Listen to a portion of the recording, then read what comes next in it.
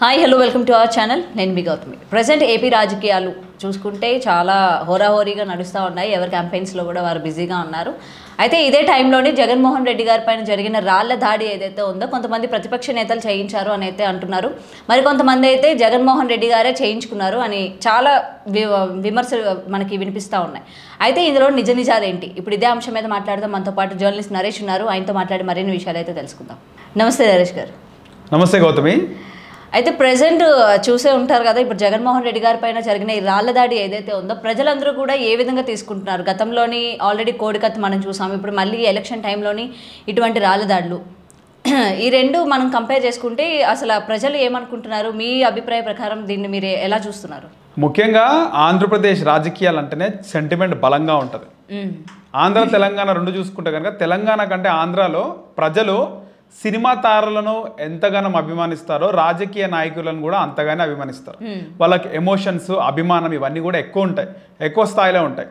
అటు ఆంధ్రప్రదేశ్లో జగన్కి సంబంధించి రాళ్లదాడి ఏదైతే జరిగిందో ఈ రాళ్లదాడి జరగడం వెనకాల జగన్మోహన్ రెడ్డి చేయించుకున్నాడా సానుభూతి కోసం, లేదా ప్రతిపక్షాలు చేశాయా?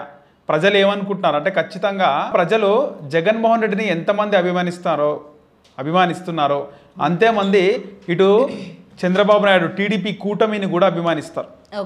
జగన్కి ఎంతమంది అభిమానులు ఉంటారో ఇటు చంద్రబాబుకి అంతేమంది అభిమానులు ఉంటారు, పవన్ కళ్యాణ్కి కూడా అంతేమంది ఉంటారు. ఎందుకంటే నెగిటివ్ పాజిటివ్ అనేది రెండు పార్టీలకు ఉంటాయి, అంటే రెండు ప్రత్యర్థి పార్టీలకు ఉంటాయి, ప్రత్యర్థి కూటమిలకు ఉంటాయి. ఇటు జగన్మోహన్ రెడ్డి పైన జరిగినటువంటి దాడిని ఒకసారి చూస్తే కనుక ఆ దాడి రాళ్లతో, అంటే ఒక రాయితో కొట్టడం జరిగింది.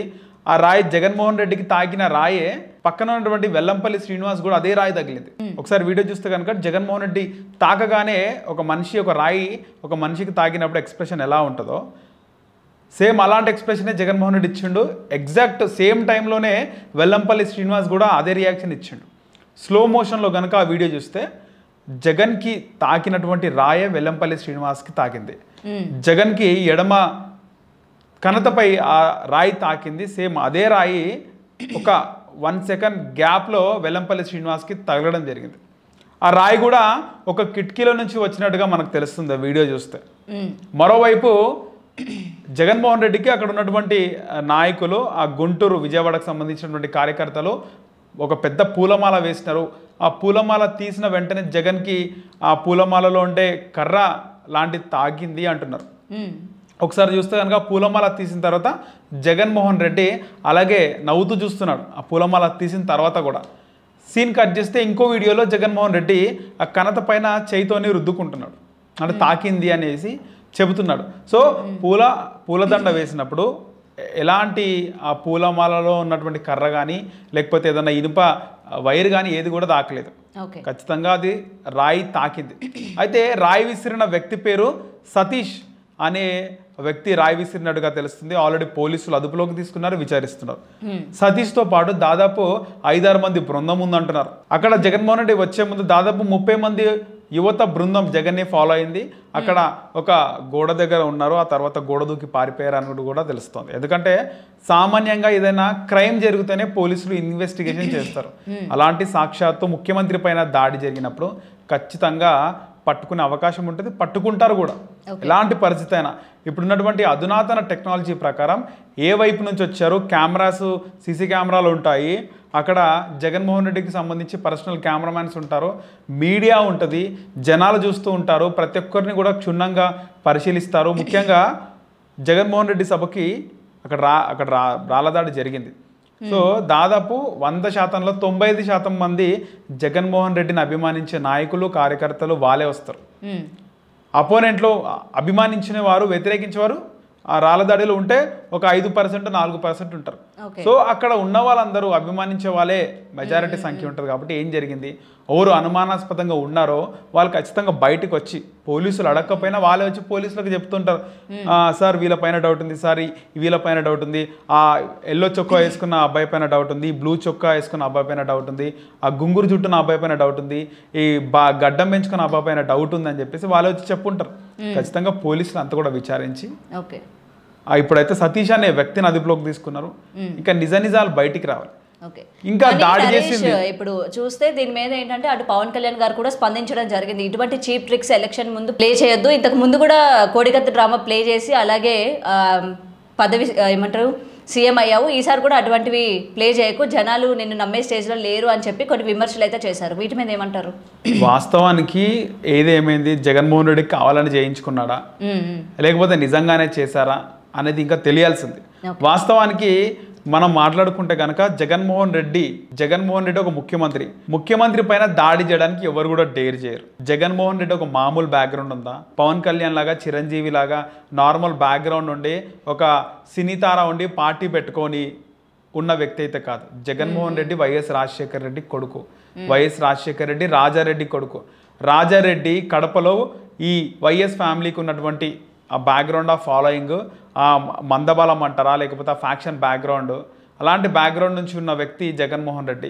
ఎవరు కూడా జగన్మోహన్ రెడ్డిని టచ్ చేయాలి అనే సాహసం చెయ్యరు. సో ఖచ్చితంగా పవన్ కళ్యాణ్ చెప్తున్నట్టు అధికారం కోసం నాయకులు ఏవైనా చేయొచ్చు. సినిమాల్లో కూడా చూస్తాం, అతడు లాంటి సినిమా చూసాం. సినిమాలో నిజంగా అంతకుముందే అక్కడ అప్పుడు మాజీ ముఖ్యమంత్రి చంద్రబాబు నాయుడు అలిపిరి బాంబ్ బ్లాస్ట్లో అంత పెద్ద బ్లాస్ట్ జరిగినప్పుడు ప్రాణాలతో బయటపడ్డాడు. సో ఆ కొద్ది సంవత్సరాలకే అతడు సినిమా వచ్చింది. అక్కడ ఏదైతే సినిమాలో చూపించినట్టుగా అటాక్ జరగాలి కానీ ప్రాణాపాయం ఏముండద్దు, ప్రాణాలతో బయటపడాలి. సేమ్ ఇక్కడ కూడా జరిగి ఉండొచ్చు, అలాంటిది చెప్పలేం. ఎందుకంటే రాయితో కొడితే ఏమవుతుంది? సరే ఒక రాయి కాదు, 4-5 రాయిలతో లైన్గా కొట్టినా కూడా ఒక పెయిన్ అనేది లేస్తుంది, దెబ్బ తాకుతుంది, బ్లడ్ వస్తుంది. మేబీ చేయించుకోవచ్చు. ఏముంటుంది, రాయితో కొడితే చనిపోరు కదా. అనుకోకుండా మనకి ఎగ్జాంపుల్ జగన్మోహన్ రెడ్డి పైన వరంగల్లో తెలంగాణ హెడ్ స్టేషన్లో రాళ్ళదాడి జరిగింది, రైల్వే స్టేషన్లో జరిగింది. అనుకోకుండా రాయి విసిరితే తాకుతుంది, కొద్దిసేపు పెయిన్ ఉంటుంది, ఏం సివియర్ ఇంజురీ కాదు కదా. అలాంటిది మనం ఎన్నో గొడవల్లో చూస్తుంటాం, ఒక రాడ్తో కొడుతుంటారు, అయినా కూడా బయటపడతారు బతికి. సో ఏం జరిగి ఉంటుంది, చెప్పలేం. పవన్ కళ్యాణ్ లాంటి వాళ్ళు అన్నారంటే ఖచ్చితంగా డ్రామా కూడా ఉండొచ్చు, కానీ బయటపడాలి కదా. కోడికత్తి బయటపడిందా? కోడికత్తి శ్రీనివాస్ అనే వ్యక్తి దళితుడు, ఒక జగన్మోహన్ రెడ్డి పైన అభిమానంతోనే నేను ఇది చేసినాను అని చెప్పి ఆయన బయటకు వచ్చిండు. అంటే ఆయన తీర్పు అయిపోయిన తర్వాత బయటకు వచ్చి చెప్పడం జరిగింది. కానీ ఆ కేసు అనుకున్నంత త్వరగా తేలిందా? ఆ కోడికత్తి ఈయన మళ్ళీ రెండొక కోడికత్తి శ్రేణి లాగా ఈయన మళ్ళీ రాళ్ళ సతీష్ అనుకోవచ్చా? మరి ఈ సతీష్ అనే వ్యక్తి దాడి ఎందుకు చేసిండు?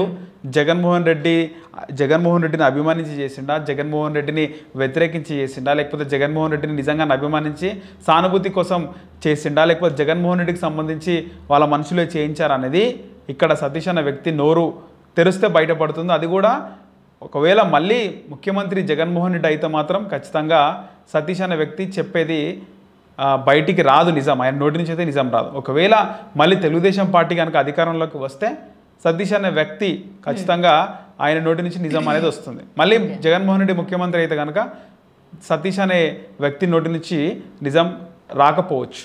Okay, right. Thank you Naresh. Right.